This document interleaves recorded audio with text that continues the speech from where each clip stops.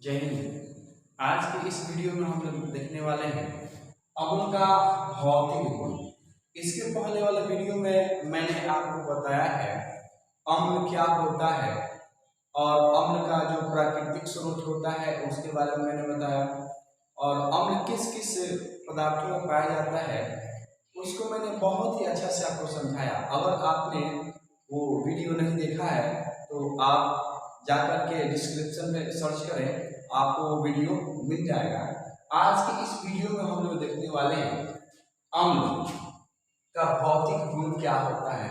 भौतिक गुण इसके बारे में हम लोग समझते हैं कि अम्लों का जो भौतिक गुण होता है वो क्या होता है। तो हम इसमें देखेंगे कि ये जो अम्ल होता है ना, अम्ल की पहचान कैसे की जाती है। तो अम्ल की पहचान का एकमात्र जरिया ये है कि अम्ल जो होता है वो स्वाद में खट्टा होता है। अम्ल कैसा होता है? स्वाद में खट्टा होता है। ये अम्ल का भौतिक गुण होता है। चाहे कोई भी पदार्थ ले लीजिए, अगर उसको आप टेस्ट करते हैं और वो स्वाद में खट्टा होता है तो समझिए कि उसमें अम्ल की मात्रा मौजूद है, और अम्ल की मात्रा मौजूद होने की वजह से वो स्वाद में खट्टा लग रहा है। इसके बाद हम देखते हैं ये जो अम्ल होता है नीले लिटमस पत्र को लाल कर देता है। अम्ल क्या करता है? अम्ल नीले लिटमस पत्र को लाल कर देता है। जो लिटमस पत्र मैंने आपको बताया था, सूचक जब मैंने आपको पढ़ाया ना, तो उसमें बताया था कि जो लिटमस पत्र होते हैं वो एक ही तरह के होते हैं, लेकिन मनुष्य उसको दो तरह से अलग अलग रंग देकर बनाता है। एक होता है लाल रंग का लिटमस पत्र और एक होता है नीला रंग का लिटमस पत्र। तो जो नीले रंग का लिटमस पत्र होता है उस पत्र को अम्ल लाल कर देता है। जैसे आप नींबू का रस ले लीजिए और नीले लिटमस पत्र को उस नींबू के रस में डालिएगा तो वो जो नीले लिटमस पत्र होता है लाल हो जाता है, जिससे पता चलता है कि ये अम्ल है।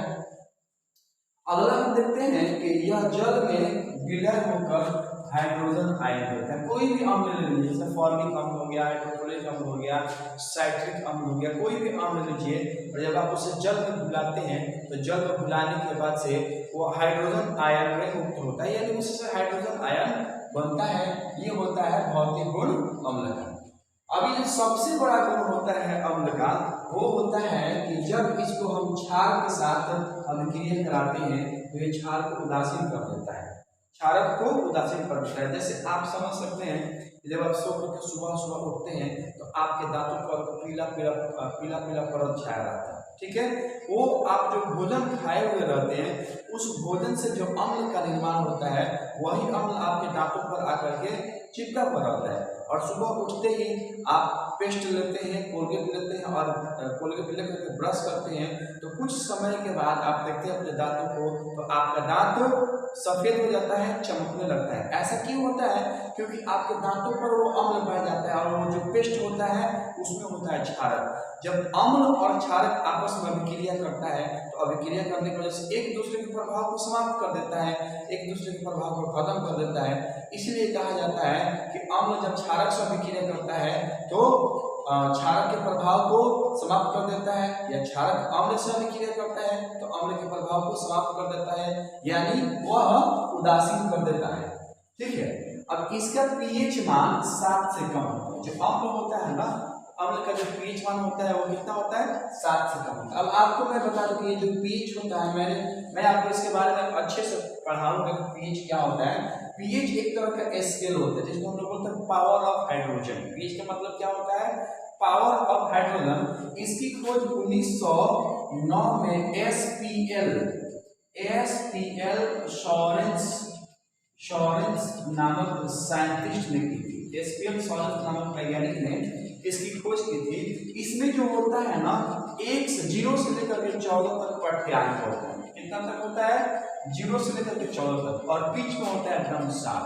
तो 7 से जब ऊपर आता है किसी भी पदार्थ का गुण तो उसको क्षारक कहा जाता है, और जब 7 से कम आता है तो उसको अम्ल कहा जाता है, और जब 7 के बराबर होता है तो उसे उदासीन कहा जाता है। क्या कहा जाता है? उसे उदासीन कहा जाता है, ठीक है। तो जो अम्ल होता है उसका पीएच मान कैसा होता है? तो उसका पीएच मान जो होता है वो 7 से कम होता है। आप एक इसका स्क्रीनशॉट ले लीजिए।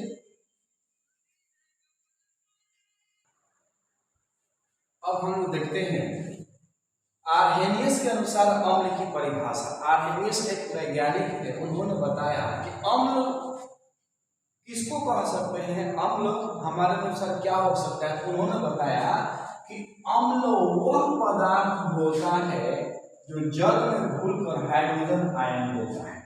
अम्ल क्या होता है, तो अम्ल वह पदार्थ होता है जो जल में घुल करके क्या देता है, हाइड्रोजन आयन देता है। जैसे उन्होंने बहुत सारे अम्लों को लिया और अम्लों को लेकर के अभिक्रिया कराया। जब अम्लों को लेकर अभिक्रिया कराया जल के साथ, जैसे हाइड्रोक्लोरिक अम्ल हो गया, तो हाइड्रोक्लोरिक अम्ल की अभिक्रिया जल के साथ कराया गया तो हाइड्रोजन और क्लोरीन अलग अलग आयनों में टूट गया।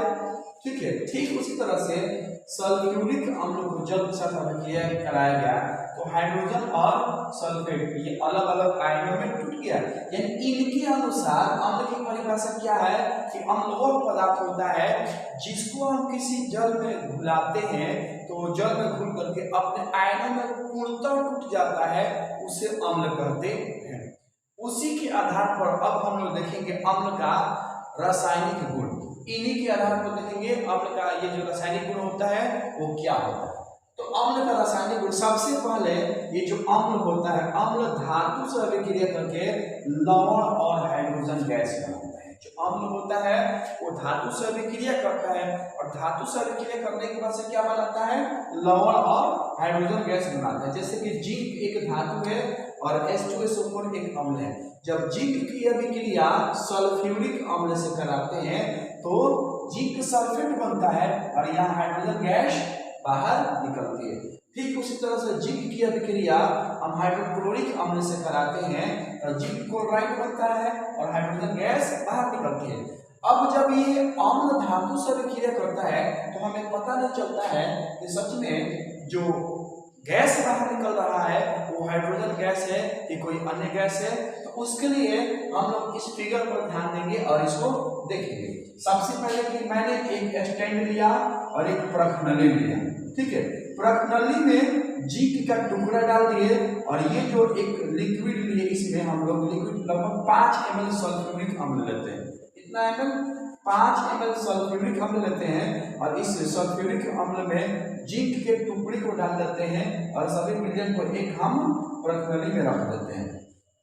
तो जिंक का टुकड़ा इस सल्फ्यूरिक अम्ल से अभिक्रिया करता है। जिंक का टुकड़ा किससे अभिक्रिया करता है? इस सल्फ्यूरिक अम्ल से अभिक्रिया करता है तो हाइड्रोजन गैस बनती है। कौन सी गैस बनती है? हाइड्रोजन गैस बनती है। और ये हाइड्रोजन गैस इस निकासी नली से होते हुए यहाँ पे जो टब रखा है इस टब में साबुन का विलयन है। इसका विलयन है साबुन का विलयन। इस निकासी नली से होते हुए हाइड्रोजन गैस इस साबुन के टब में आती है और जब इसमें आते है बड़ा बड़ा बबल बनता है, बुलबुला बनता है और ये बुलबुला ऊपर की तरफ जाता है। इस बुलबुले के पास जब हम जलती हुई माचिस की तीली लेके आते हैं एक बुलबुला फटता है और फट फट की आवाज के साथ जलता है। इससे पता चलता है कि ये जो गैस निकल रहा है ये कौन सा गैस है? हाइड्रोजन गैस है। कौन सा गैस है जी? Hydrogen gas. ठीक है, आप इसका एक अच्छा सा स्क्रीनशॉट ले लीजिए, उसके बाद मैं आपको बताता हूँ इसका अगला रासायनिक गुणधर्म। अब हम लोग देखते हैं अम्ल का जो अगला रासायनिक गुण होता है वो क्या होता है। तो जो अम्ल होते हैं धातु कार्बोनेट ले लीजिए या धातु हाइड्रोजन कार्बोनेट ले लीजिए। धातु कार्बोनेट हो गया या धातु हाइड्रोजन कार्बोनेट हो गया।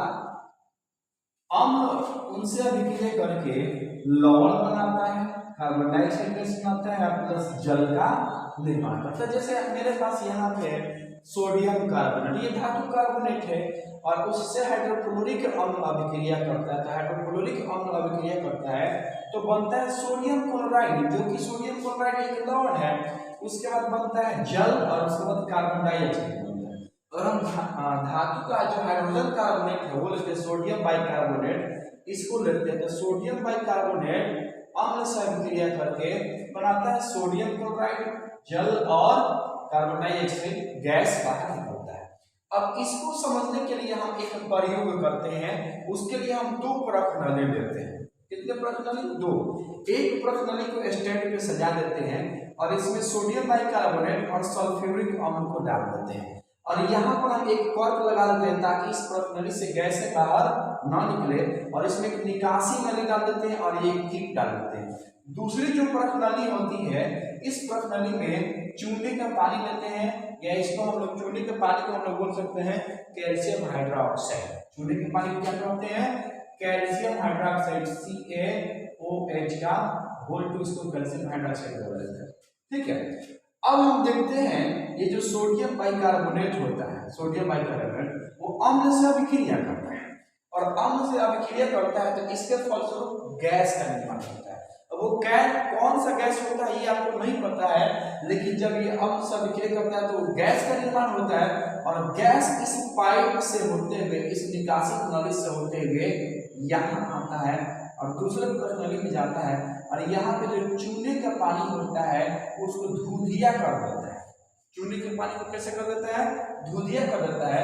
जब चूने का पानी दूधिया हो जाता है तो इससे पता चलता है कि इसमें जो गैस आया हुआ है वो गैस कौन सा है? वो गैस है कार्बन डाइऑक्साइड। क्योंकि जो कार्बन डाइऑक्साइड गैस होता है चूने के पानी को दूधिया कर देता है, यानी सफेद कर देता है, वो धुंधला दिखाई देता है। तो आपने समझा कि धातु कार्बोनेट या धातु हाइड्रोजन कार्बोनेट से अम्ल अभिक्रिया करता है तो लवण बनता है, कार्बन डाइऑक्साइड बनता है और हाइड्रोजन जल का निर्माण होता है। आप इसका एक स्क्रीनशॉट ले लीजिए।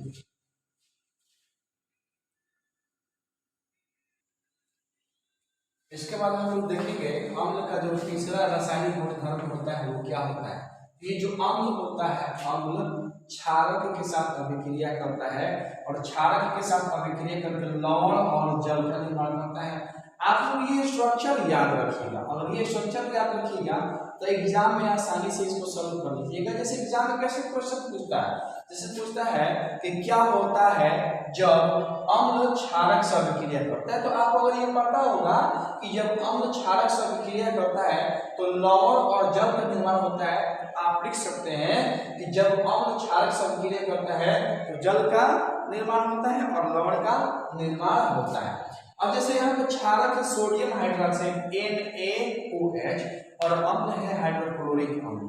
तो सोडियम हाइड्रोक्साइड और हाइड्रोक्लोरिक अम्ल आपस में अभिक्रिया करते हैं तो बनाता है सोडियम क्लोराइड। इसका निर्माण होता है सोडियम क्लोराइड, और यहाँ पर जल बनता है। ठीक उसी तरह से हम सोडियम हाइड्रोक्साइड और सल्फ्यूरिक अम्ल, सोडियम हाइड्रोक्साइड और सल्फ्यूरिक अम्ल की अभिक्रिया आपस में कराते हैं तो बनता है सोडियम सल्फेट और जल बनता है। अब देखिए जो धातु में होते हैं, धातु के ऑक्साइड अम्ल से अभिक्रिया करते हैं तो क्या बनाते हैं? तो जो धातु के ऑक्साइड होते हैं अम्ल से अभिक्रिया करते हैं तो लवण और जल का निर्माण करते हैं। किसका निर्माण करते हैं? लवण और जल का। जैसे कि कॉपर ऑक्साइड हो गया या क्यूप्रिक ऑक्साइड हो गया। क्यूप्रिक ऑक्साइड हाइड्रोक्लोरिक अम्ल से अभिक्रिया करता है तो किसका निर्माण होता है? कॉपर क्लोराइड का निर्माण होता है और जल बनता है। अगर कॉपर ऑक्साइड सल्फ्यूरिक अम्ल से अभिक्रिया करता है तो कॉपर सल्फेट बनता है और जल का निर्माण इसमें होता है। अब देखिए जो धातुओं के ऑक्साइड होते हैं, ये धातुओं के ऑक्साइड ये कैसे होते हैं? तो क्षारीय होते हैं। पूछता एग्जाम में पूछता ऑब्जेक्टिव जो धातुओं के ऑक्साइड होते हैं वो कैसे होते हैं? तो क्षारीय होते हैं। कैसे पता चलता है क्षारीय होते हैं? तो ये लाल लिटमस पत्र को नीला करते हैं। कैसे? ये किसको नीला करते हैं? लाल लिटमस पत्र को नीला कर देते हैं, जिससे पता चलता है कि जो धातु के ऑक्साइड होते हैं वो क्या होते हैं?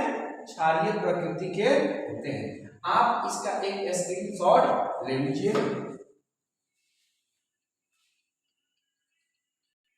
अब हम देखते हैं ये जो अम्ल होता है, अम्ल का जो जलीय विलयन होता है वो विद्युत का चालन करता है।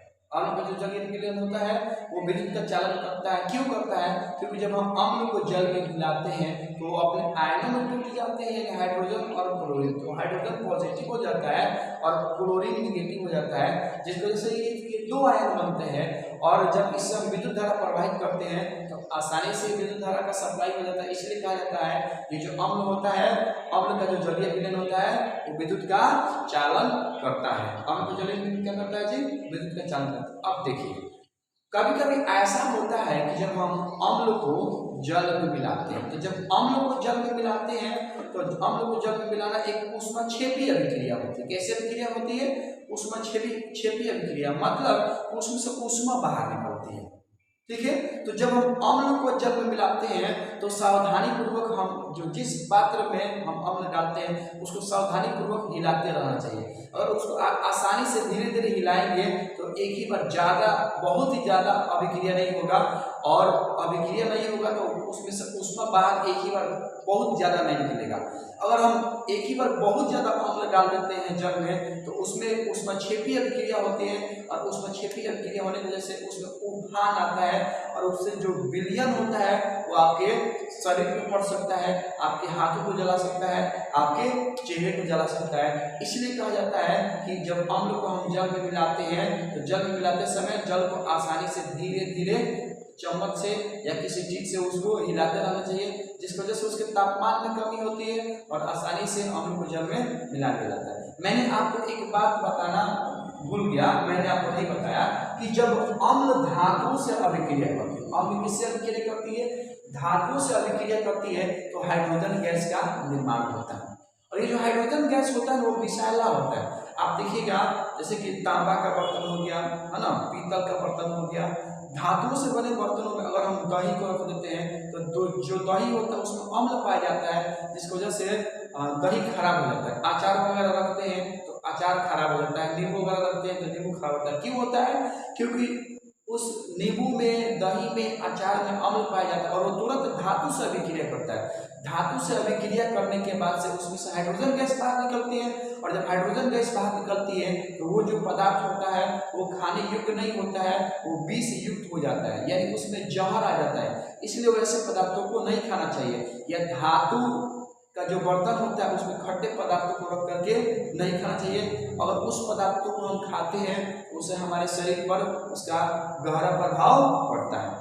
तो आज के वीडियो में हम लोगों ने देखा अम्ल का रासायनिक गुणधर्म क्या होता है, आर्हेनियस के अनुसार अम्ल की परिभाषा क्या होती है, उसके बाद से मैंने आपको बताया अम्ल का भौतिक गुण क्या होता है। तो मैंने इस दो पार्ट में, फर्स्ट पार्ट में और ये सेकेंड पार्ट में, दोनों पार्ट में अम्ल का हर एक चीज कवर कर दिया, और आप उस वीडियो को अच्छे से देखें और इसका एक नोट्स बनाएं। ऐसा ना कि सिर्फ आप वीडियो देख रहे हैं बस हो गया।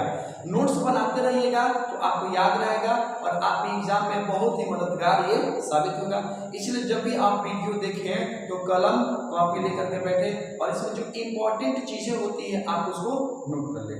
आज के लिए बस इतना ही, मिलते हैं हम लोग अगले क्लास में एक नई उमंग के साथ, एक नई जोश के साथ। तब तक के लिए आप अपना ख्याल रखें, अपने माता पिता का ख्याल रखें। जय हिंद, जय भारत।